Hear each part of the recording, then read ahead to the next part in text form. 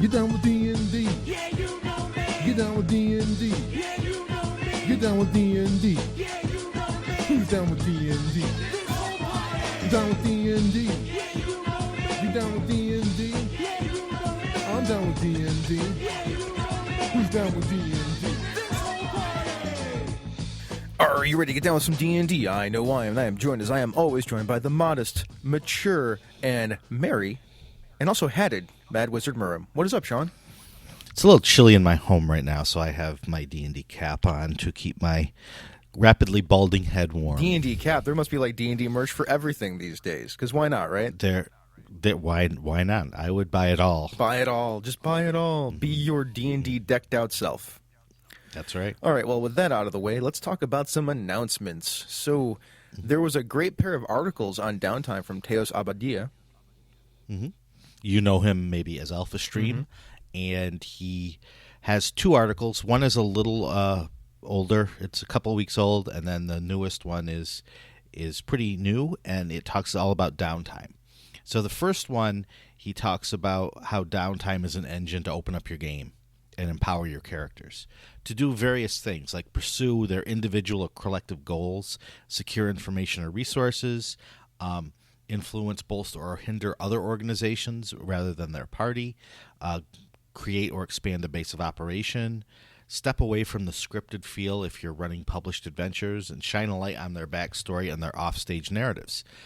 And so, it's a good tool that people can use, and you can use them in just a few minutes, he says.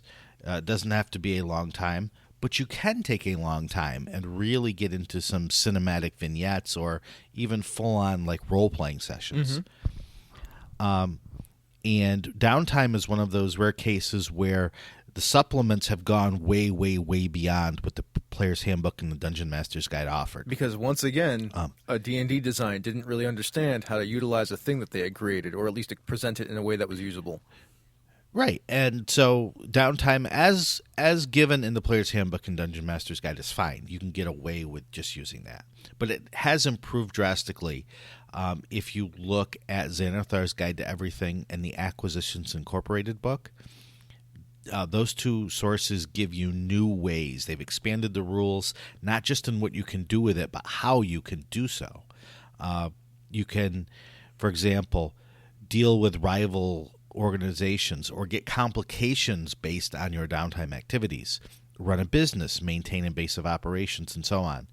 So Teos's articles first explore how to use those downtime days, and then give a great list of activities that are available via these books. It's really a quite good list, and it's what the downtime rules needed to be usable. These other books and their examples, really, and then the expanding on how the mechanics of those things work.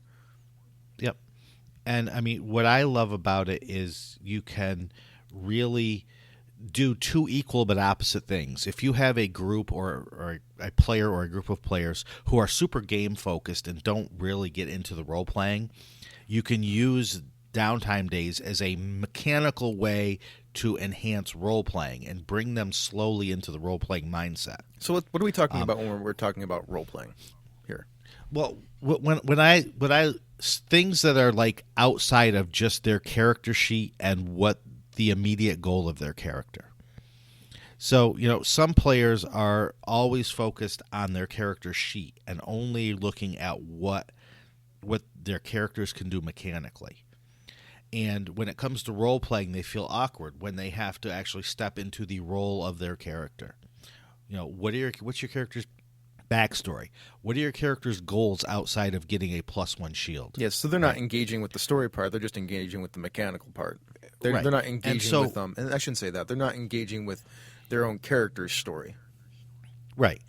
Or, what their character would actually want and how would they go about doing that. And because some players are more comfortable focusing on the rules rather than on the story or any sort of personality for their character beyond just what they can do mechanically. So what downtime can do is it can give them that mechanical framework, but also bring into the mechanics this more narrative thing. So you have this downtime. You have these resources that you can spend. Okay, that's a rule. I understand resources and spending them. What do you want to do with those? And there are dice rolls involved, and whether you succeed at finding the information about the next dungeon that you're going into.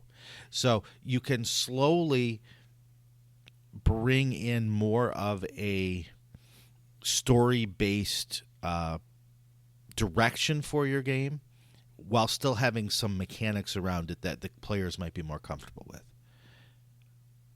Does that make sense? It makes perfect sense. I just wanted to prompt you because I wanted it to be more well-defined.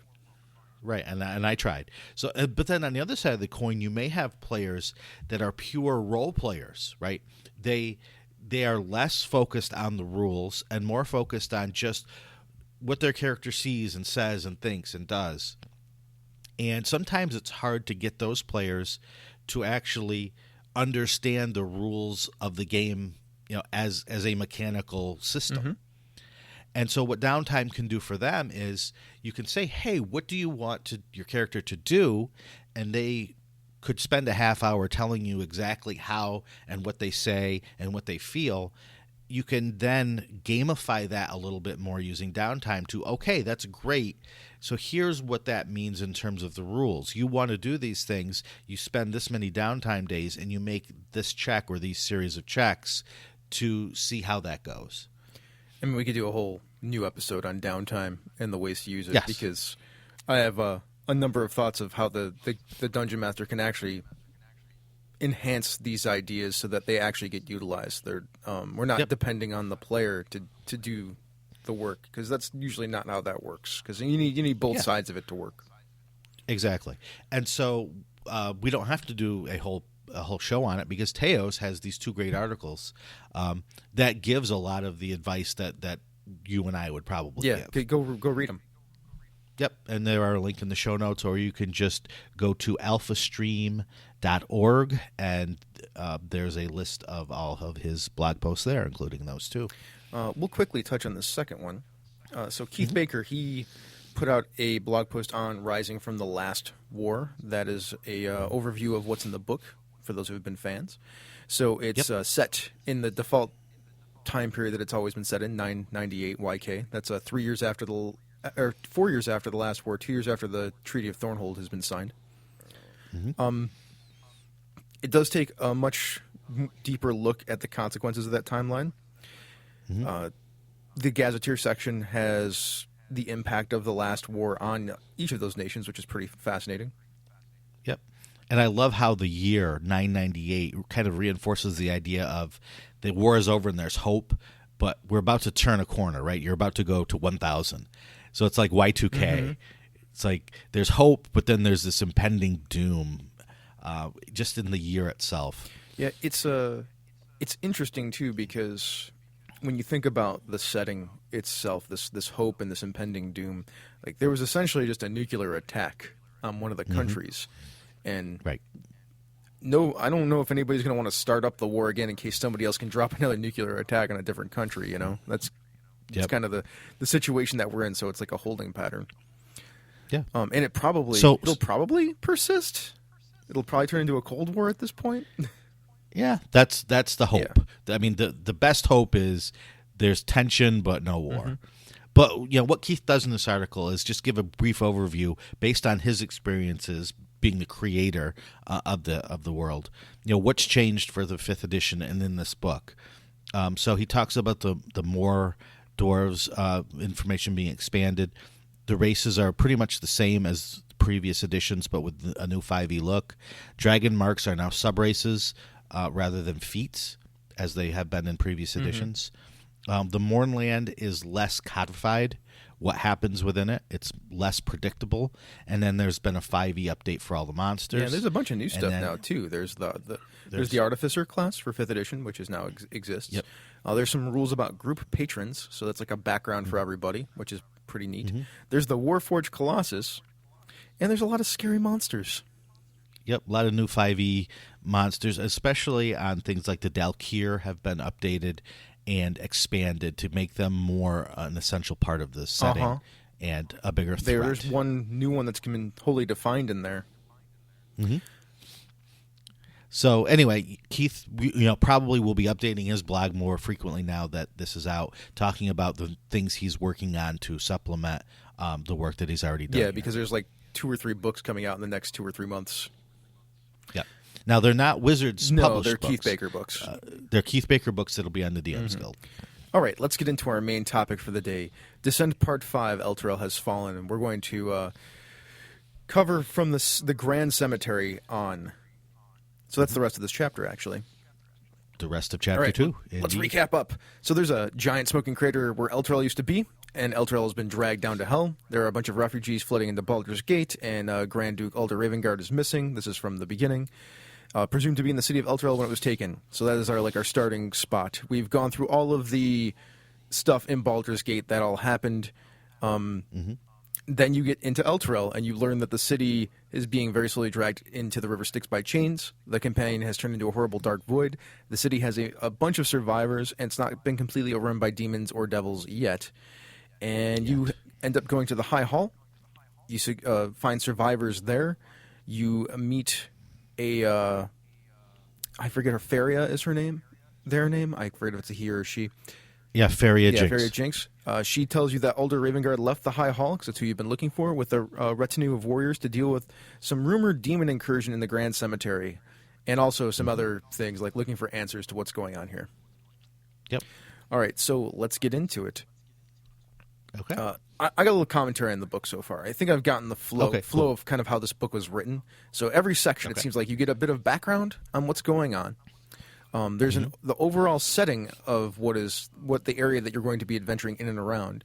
Then it goes into the specific areas, and then there's some sidebars interspersed, which I feel is very effective at presenting the information and giving a good flow for reading. Yep. Yeah, I think you're right. It kind of gives the DM what the DM needs in sort of a reverse pyramid thing, right? You start with this general, and then you funnel down into the specifics, so they could read the background and create their own adventure because they know what the overall goals are, the overall setting is, and then you get down into specifics, and then the sidebars are there to kind of help new or even experienced DMs get a feel for how to do what is supposed to be done. Yeah, absolutely.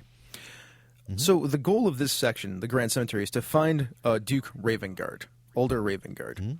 So to go with the what was just presented, there's background and all that good stuff. There's a gentleman named Gideon Lightward who was a devoted priest of Lathander that worked in the chapel here in and around the cemetery, who was corrupted by Zariel and now is undead. Still wants to kill demons, and if you look at the stat block, can't be killed without radiant energy because this Gideon Lightward just keeps regenerating health even if you kill it. Yep. So he is sort of the keeper of the cemetery, but he has been turned into this creature who could be fought, but also could become an ally of the adventures, maybe, depending on how they want to tackle things. So there's more than one path through this, basically. Yeah. So that's the first thing that is going on here. The first obstacle and set of obstacles to deal with. The second thing is that there's a demon portal. So there was I forget their name, but they were working to make some sort of connection with Torm. They're a priest of Torm. Yep. And they did make a connection, but as soon as Elturel was dragged into Hell, Baphomet hacked a back door using that portal into Avernus, and now is slowly working to widen that portal to let a demon army into Avernus. So this is a second way to get in aside from the River Styx, right, John? Right, and it's not a fully functional portal yet. A demon slips through every now and then, but it is rapidly opening until an army could pour through. And then Duke Alder Ravengard is here looking for information or trying to figure out what's going on. So those are our three, I guess, themes or angles or things that are going on here in the cemetery. Yep. So the cemetery itself, when you get there, this is kind of the first thing you see when you walk up. There's a lot of harmless undead, and I put that in quotation marks. They're kind of wandering around because Gideon could organize them against the city if left unchecked. Now, the player characters don't necessarily know that to begin with, but that is one of the setting pieces that is going on here. Right, and it's important to remember that Gideon does not necessarily want to use them against the city because he is only concerned with That's demons. true, in a zealotous-like way, and is very devoted to Zariel at this point. Mm-hmm. Now, when you walk up to the chapel, which is in the inside of the cemetery, you get attacked by Minotaur skeletons. Now, in the book, it tells you that Gideon used the power of the companion to strip them of their flesh and turn them into skeletons, but they were really sent here through the portal. Yep, they were sent by Baphomet. They ran into Gideon. Gideon killed them and turned them into Minotaur skeletons. Now, like, you don't know any of this as a player character to start with, but this is a nice intersection of Baphomet and Gideon. It's a nice context clue to what's going on. Like why is there Minotaur skeletons here? Yep, and I like that we see a lot of these context clues, and you really, as you're DMing this, you want to pay attention to that.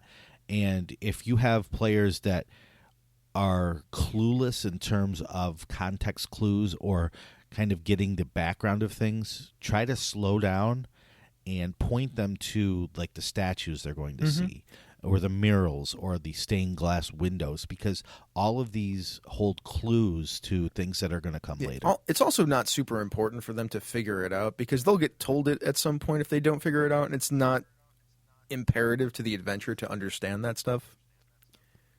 But it can make some of the encounters more interesting. It can. Or easier. If they do. So the first encounter area after this is the Walk of Bravery. Now, it's important to mention this because there's a bit of a disconnect, in my opinion, in the text and in the map. So there are 7 pillars on the map, and it says that there are a number of heroes depicted on these pillars. But it doesn't mention like if there's more than one hero depicted on a pillar or whatnot, and there's 10 heroes named. Also, if you move farther into the text, it says that if anybody disturbs the pillars, 8 incorporeal undead are inside them, and they're hollowed out. Now, there's only 7 pillars. Now, that's not a far stretch to say that there's 2 incorporeal undead inside of one pillar, but it's just kind of confusing. Yep. The text assumes that there are 10 pillars because there are 10 heroes depicted on pillars. But the map, there's only 7. The map, there's only 7, and then it says there are 8 undead inside the pillars. The text, again, assuming that there's 10 pillars. So just add some pillars, or put 2 heroes on a pillar, on some of the pillars. Yep. Just a small thing to be aware of. So I like the ideas here, though. This is a neat little encounter, because if you decipher that there are heroes on these pillars and their names, you can use their names to invoke them, and they become emitters of radiant energy. And guess why that's important. Because if you don't have radiant energy in the party, that's how you kill Gideon. Yeah, it's nice. It works pretty well. So solid little design right there. I like that a lot. I wish the wording was a little bit more, I don't know, less confusing. I don't think it's super problematic, but it could be confusing. Sure. The next area is the Chapel of Light. It's an encounter with some more Minotaur skeletons. I like the encounter because the Minotaurs aren't just trying to kill the characters; they're trying to knock them through windows, which could cause more damage. So they're doing something other than just beating on you. So that's kind of fun. Yep. So lots of stained glass in this chapel to be aware of. Get your Catholic Church eyes on, because this is what this is. It's essentially a Catholic church. It looks like that. There you go. If you've ever been to a Catholic church, there's lots of stained glass and whatnot. Right, a big cathedral. Then there's the Chapel of Mourning, which is a smaller one. I like this a lot because you can go in there, and if you pray, you get rewarded with a +2 weapon. It just kind of like pops up as if you do the thing. And I'm sort of digging the theme that's going on here. Like, if you know stuff or do stuff, you get rewarded, especially if it's not terrible. Yep. I want to go back to the Chapel of Light for just a second. So there's a stained glass window that has fallen out and cracked, but not broken. It is important. So it's lying on the floor. And so I like this sort of design where there's going to be a huge magical, well, it's non-magical, but there's a huge item, right? A huge MacGuffin that the characters are going to interact with. Rather than just say, they see it, here's the MacGuffin, and then drop this huge backstory about it. There are clues along the way to what this thing is. And this is the first clue. The stained glass window shows a scene of a hero being awarded a helm. Yep, that is a And so, with an intelligence or history or religion check, a character can say, "Oh yeah, that's this hero, Lanish Fogel, is getting this helm because he served Torm in Elturel." also ties back to the pillars outside. Exactly. So you can kind of see this progressing story that can give it in pieces rather than just a huge info dump later. It's really nice. And even if there's an info dump later, people are like, "Oh yeah, we saw that thing. Oh yeah, we saw that thing." The next is the vestment chamber. So let's talk a little bit before we get to this. What we've gotten so far, we've gotten a fight with some minotaurs outside. We've gotten the Walk of Bravery, which is like a little bit of an exploration. Like, these are interesting pillars, right? And then maybe you get into another fight with the undead that are inside them. Then there's another fight with the Minotaurs. So we've had like 3 beats of fighting and a couple of beats of exploration in there, or without any interaction. Now we get to the vestment chamber. We've had like these one-on-one fights constantly, and I'm going to stop you for just a second. Did you talk about the Chapel of Mourning? oh yeah, I forgot about the Chapel of Mourning. The Chapel of Mourning is the one where you can like explore and then pray and then get the +2 weapon. Yeah, we did talk about that. So we've had a nice variety of potential beats, right? The vestment chamber is where things really pick up, because we get into a 3-sided battle with demons, devils, and the player characters, because the devils are there. The demon, and this is where Gideon could be if he's been warned at this point, which he may have been warned at this point. And the fight goes on, and after the fight, then Gideon wants to talk. And even if Gideon's not here, he'll hear it and then come up and talk. And now we have an interaction. And Gideon's rather interesting, because Zealotus hates demons, so may work with the player characters. Also, let older Ravengard by earlier. So I think this is a fun encounter where you can actually get to talk to the bad guy. And if player characters want to fight, throw down with them, they can, but they don't have to. Yep.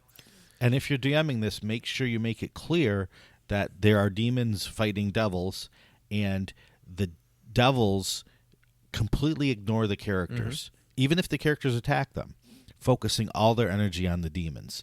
And if you make that clear, then hopefully the players will figure out, okay, maybe we don't have to fight, at least at this point. Yeah, absolutely. But sometimes players are a little thick. They can be. So- I mean, you can make it way more clear by the devil's actually saying, kill the demons, then we'll deal with the humans, you know? Or them, yeah. And if they help, maybe, like, or you have Gideon. If you have Gideon show up in the middle and be like, murder the demons, you know, whatever you want to do. If you have to hit them with the clue by 4, sometimes you have to. Yeah, hit them with the clue by 4. After that is Gideon's quarters. You might find Gideon here, but regardless, Gideon's journal is here, and this is the testament of a madman. If you read it, you can get some surface stuff, like take 10 minutes to take a look over it and like understand a little bit of what Gideon was doing. But if you read it too deeply, you become cursed by the book, and it will cause you psychic damage if you don't attack a demon when they're within 60 feet of you. Right. So this shows the corruption of not just Gideon, but like the entire city over time by Zariel. She has essentially driven him mad with a hatred of demons, until to the point where he switched over to serve her and became undead. Yeah, absolutely. After that, there's I'm going to mention the undead pit, because the undead pit is the reason it's there is it's like, oh, where did all these undead come from, right? Like, is this person just raising them all? No. There's a pit with a bunch of mist in it, and in that mist is a piece of the companion which is creating the mist, and by throwing a body in there, it'll come out as an undead an hour later. There's like a random chart for it and everything, and it will hurt the player characters, and it's neat because like it's something to like, what is this weird thing that's in the middle of this place? After that, the next most interesting thing is the Ossuary of the Faithful. So this is a hazard, and we hadn't seen one yet, so it's worth mentioning. The holy symbols in the ossuary are corrupted. Now, if someone touches one or anyone lingers in here for too long, they say a minute, there's a pulse of necrotic energy that can damage them. Once again, Shawn, like you said, it's just showing the corruption of the city over and over again. Right. Yeah, and we've seen this throughout. There's been this theme of it's a holy thing that is slowly being corrupted, so it's almost like a dual thing, and that's important later because when they find Ulder later, that's going to be shown in vivid detail right in front of them. Yep, absolutely. So keep hitting that, reinforcing that theme of slow but inevitable corruption. Then in Area G9, which is another ossuary, there's an invisible closet. Well, I mean, at least it's not an imp, right? Is this true? I mean, we've had, Well, because it's got to be a demon. yeah. So it's a So closet. there's a throwdown in here, and if you catch the closet, you can learn about Baphomet's plan and what Baphomet is doing from the closet. So that's always fun. Like there's information to be gained. Yep, and that it helps reinforce the theme of don't just kill everything, talk to things. You might learn That's right. something. And I just want a side note on we keep saying the ossuary. An ossuary is a place where they put the bones of the Yes. dead. So if you think of like the catacombs beneath Paris, that sort of thing, this whole basement in this chapel, this cathedral, is lined with bones, and it is all about taking the dead and honoring them and giving them a peaceful rest. Which is the counter to the undead wandering around. Yes. Yeah, there's a lot of really good theming in this section of the book. So then there's a meditation chamber. The reason I put this here is, you I put put this this here. here. Yeah, I don't even think I said Yeah. anything about this. Yeah, no, there's a meditation chamber where they can make a check and learn what it was used for, but do something cool with it here. Even if it's as simple as giving inspiration if characters pray, because the priests that worked here were dealing with dead day in and day out, right? They were taking the bones of the dead and burying them or putting them up here, performing rites, and you would imagine that would get pretty grim after a while. So this was kind of a place where they can come and rest their mind and be at peace.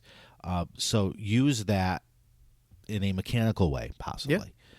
If it's just they have a bless spell for an hour, they have inspiration, something where if the players role play it out, right? If they take the time to get into it, reward them for it. I agree with you. Yeah, absolutely. Although hopefully they don't take an hour because there's bad things going on.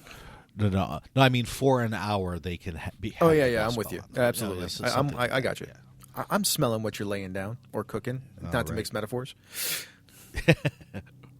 Okay. All right, so then there's this Vault of Honor.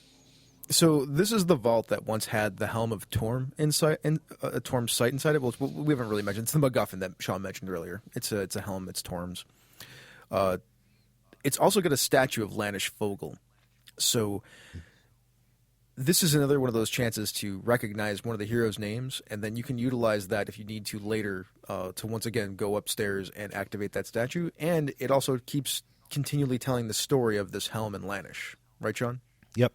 And if when the characters look at the statue, there's a the statue's there, but it's missing a piece because the statue is supposed to wear the actual helm, but the helm is missing. Yeah, yeah. So the character should figure out, oh my gosh, this helm that's supposed to actually be resting on the statue is gone. Where is it? And then we get to the main event, which is the Vault of Ascendance. So there's a lot of dead bodies here in a portal to the abyss or somewhere. Yeah, it's to the abyss. So Ulder is lying on the ground. He's got the helm on, writhing in pain. You don't know what's going on. As you're trying to figure out what's going on, 3 Minotaurs pop through the portal. So now we know that, that's a portal to somewhere bad. It doesn't say anything about going through the portal, though. Do you think any of the player characters would jump through that portal? I think it's a bad idea, don't you? Yeah. I would say that right now it's a one-way portal. Yeah, that makes sense. Because remember, it's supposed to have been used just for a psychic communication between the priests of Torm and their god. So it's not supposed to have been something that you could physically go through. But Baphomet is digging it out basically to use it as a portal, and he would probably just make it a one-way portal. So after you've dealt with the Minotaurs, you found Ulder. He's here, but you can't take the helm off him without killing him, essentially. Yep. So don't do that. And maybe let the player Right. characters know, if they touch the helm and start trying to remove it, he starts screaming in pain. Right. And he is speaking in languages that they can't understand, but if they do understand celestial or abyssal, that's what he's speaking in. Because right now he is in contact with both Torm and Baphomet, and they are fighting each other through his mind, which is why he is in the state that he's I mean, in. that seems like the worst situation ever for anybody. Having your mental landscape be the battleground for a god and a demon lord.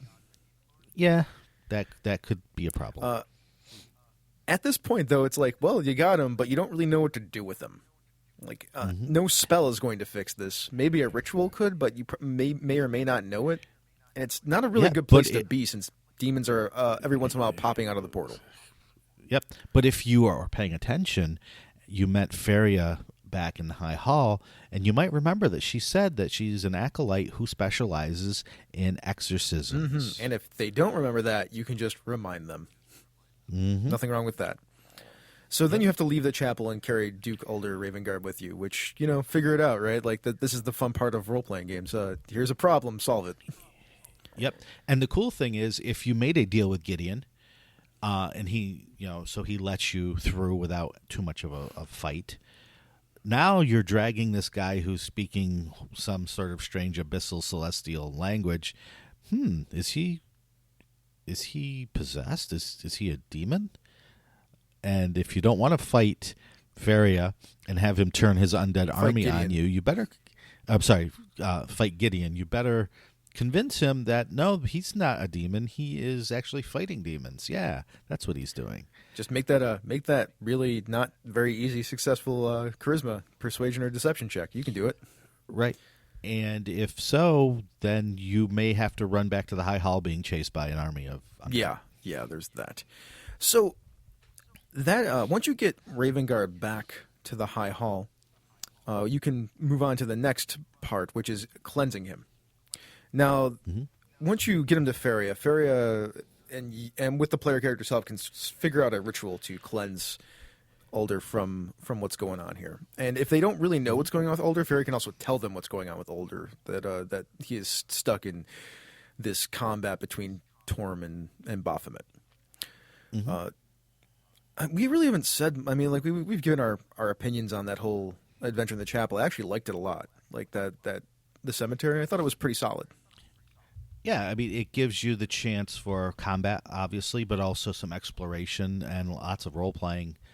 If you want to talk with Gideon, and to learn some background about the place.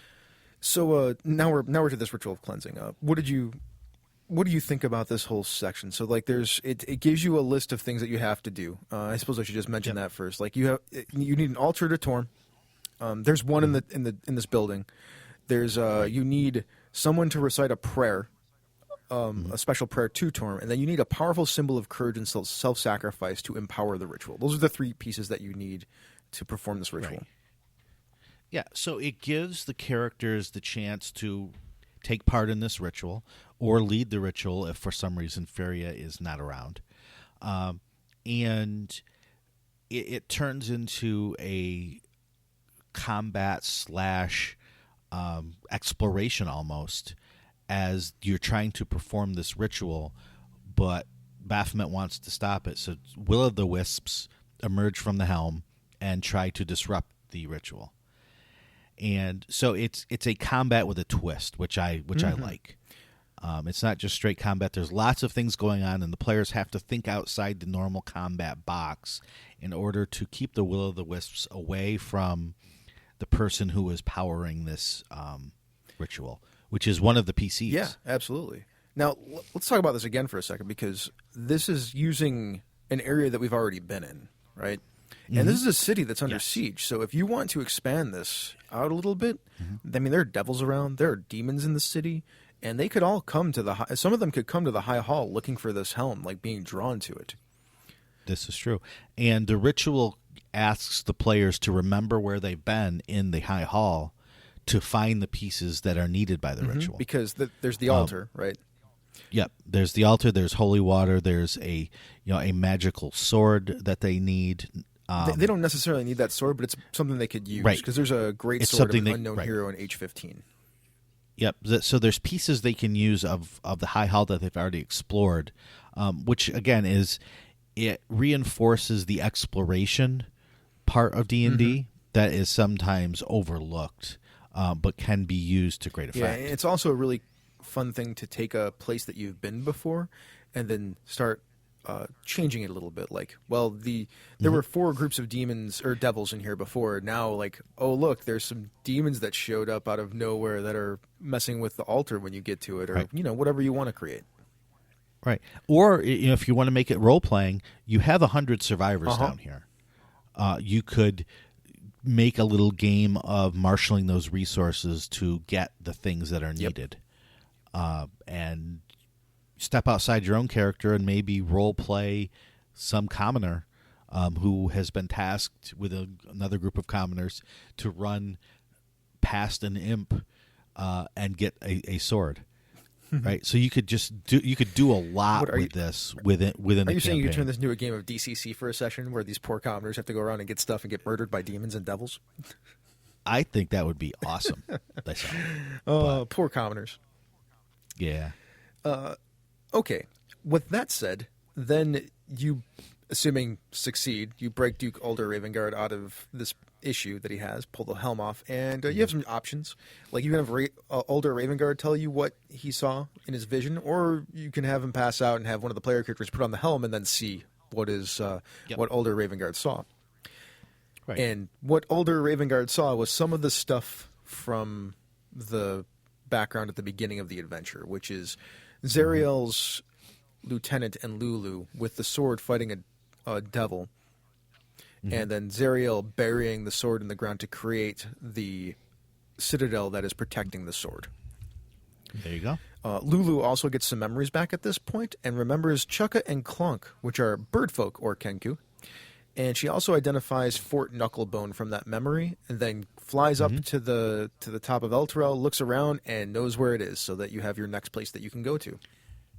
Yep. So she thinks that if you go there, they may be able to help you on your quest for the Sword of Zariel, which according to Ravengard or the visions that the characters have if they don the helm, will hold a key to saving. Yeah, and Lulu will reinforce that. Lulu will also say that. Yep. So at this point, it's time to start looking for the sword with Lulu. Yep. But yet you're up on the city, high above the river Styx, with demons and devils fighting beneath you. What do you do?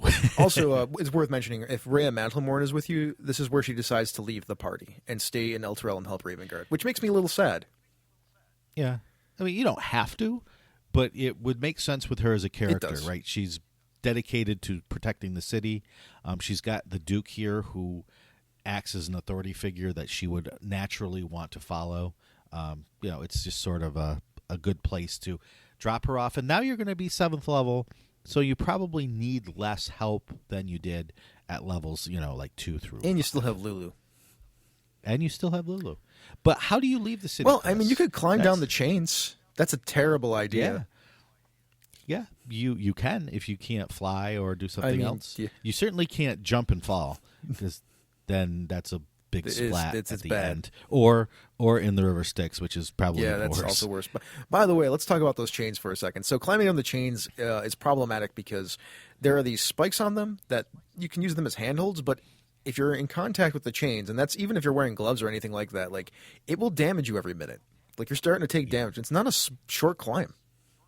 No, it's not. So that's probably right out. Plus, then there's like that whole army of demons fighting that army of devils at the bottom of them. Like, you can do it if you can figure out a way to do it, but it's probably the most reckless and difficult way to go. You can fly. That's better. Yeah. It's probably better. You're probably still going to draw the attention of some winged devils or demons, but it's better than falling or being in the middle of 10,000 devils. Yeah, it's really up to the game master, the dungeon master, if they want to Yeah. have you fight somebody if you're flying away. But you know what would be the coolest I don't know. thing, What would Chris? be the coolest thing, Sean? Is the improvised equipment section that they I mean, talk I about. love improvising ways to get out of cities that are floating on chains. You are in a city. You have lots of resources.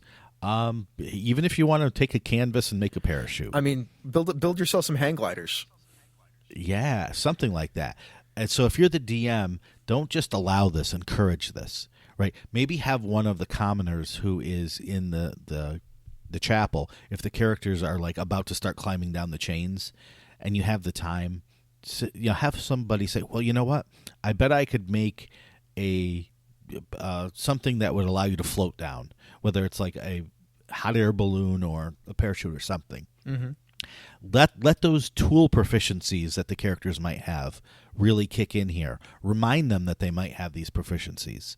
Make that something that's super important to their survival, and reinforce that sort of play if it fits your group. Yeah, absolutely. And then that's pretty much the end of the chapter. They talk a little bit about the Battle of Elturel. I think they could have cut this section and said, just if you get involved with the demons and the devils, big battle at the bottom. Yeah. I mean, they have to put it there in case you climb down the chain, right? Right. But it's I don't think it's very strong. Yeah, this is kind of the weakest part, where it either could have been cut, or I wish they would have done more to help the DMs create a cool encounter if they go. So I mean, there's thousands of demons fighting thousands of devils here. If the characters get close enough to that, something is going to happen. Most likely they'll probably die. Yeah. And the thing that they did, which I really didn't like, was they're like, hey, there's a pit fiend named Lucille who is leading the forces of Zariel. And she's got these powerful magic items, a Helm of Devil Command and a Battle Standard of Infernal Power. And it's like, ooh, treasure. As soon as you give that, people are going to want that. It's true. It's also a they're hinting at it or they're putting it here because they are going to come back to Elturel at the end to liberate Elturel. Yeah, and yeah, so they will see Lucille again. But I almost wish they would have just said, and Lucille's here. The characters will meet her again later, because as it is, it's just hard to make it work to actually introduce her in a way that they will remember, that makes it a valuable meeting, without just getting slaughtered. So there should have been a better way to do that, I think. I'm pretty much with you. Yeah, I can't really think of. I mean, they're like, you could try all these things because they have no idea what's going to happen. It's hard to design something when you have no idea what's going to happen, right? Yep. And I almost would have liked to see kind of a wandering encounters table like they did when they entered Elturel. It's like here are 10 things that could happen if the characters get too close to the fighting, and just make it cool rather than I don't know, whatever it was. To fix it, like just let them know, like if they get caught in the middle of this, they're probably going to die, so be sneaky about it. And then if they fail at being sneaky about it, they lose some resources or something bad happens to them, or they're conscripted or grabbed or whatever. But don't kill them, because that's not fun. Yeah, you want to wait. You want to torture them before you kill them. Torture then kill. Okay. All right, so that's it. That's on level up to level 7, and then you make your way to Fort Knucklebone, which is a 10-mile trek across Avernus, which could be longer or shorter. I have no idea. I haven't read the next chapter yet. But we will, and talk about it in our next episode. All right, let's do some Patreon shout-outs. So this is the court of misdirected Mark. And thank you, everybody, so much for listening, and thank you for being our patrons. Eileen Barnes, the Duchess of Pandas Talking Games. Andrew Dacey, who is our Warden of Whiskies. Andy Olson, who's the Duke of Dice. Brian Kurtz, who's our Royal Doctor of Physic. Christopher Gray, who's the Spy Master of Misdirected Mark Productions. Eric Bonts, who is the only person with 2 titles, the Duke of Gators and the Lord of Beefness. GM Gerrymander, who's the Lord of the After Show. Jared Rasher, who's the Scribe of MMP. Jesse Edmond, who's our Editor and the Royal Doctor. Jim Likes Games, who's our Royal Merchant. John C. LeMay, who's the Guard of the End of the World. And John Carney, who is the Court Necromancer. We'll get to the rest of them next time. And speaking of patrons, if you'd like to be a patron of Down with D&D, you can click on the link to our Patreon page on the website, and for a paltry $2 a month, you can get yourself a shout-out. Or for $4 a month, you not only get a shout-out, you also get to see our pre-production show notes, and you get access to our Misdirected Mark Slack room where you can chat with us. And if you give us even a single $1, you get our new expanded show, Sneak Attack. Sneak Attack? What is the Sneak Attack? The Sneak Attack is where we spend another 15 minutes or so talking about some other topic.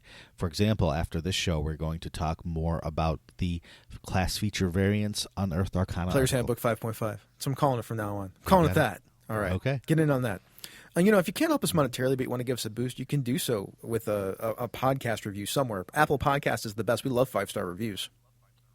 We do, but if you talk about us on social media, we certainly do appreciate that as well. So, Shawn, where can we find you on the internet?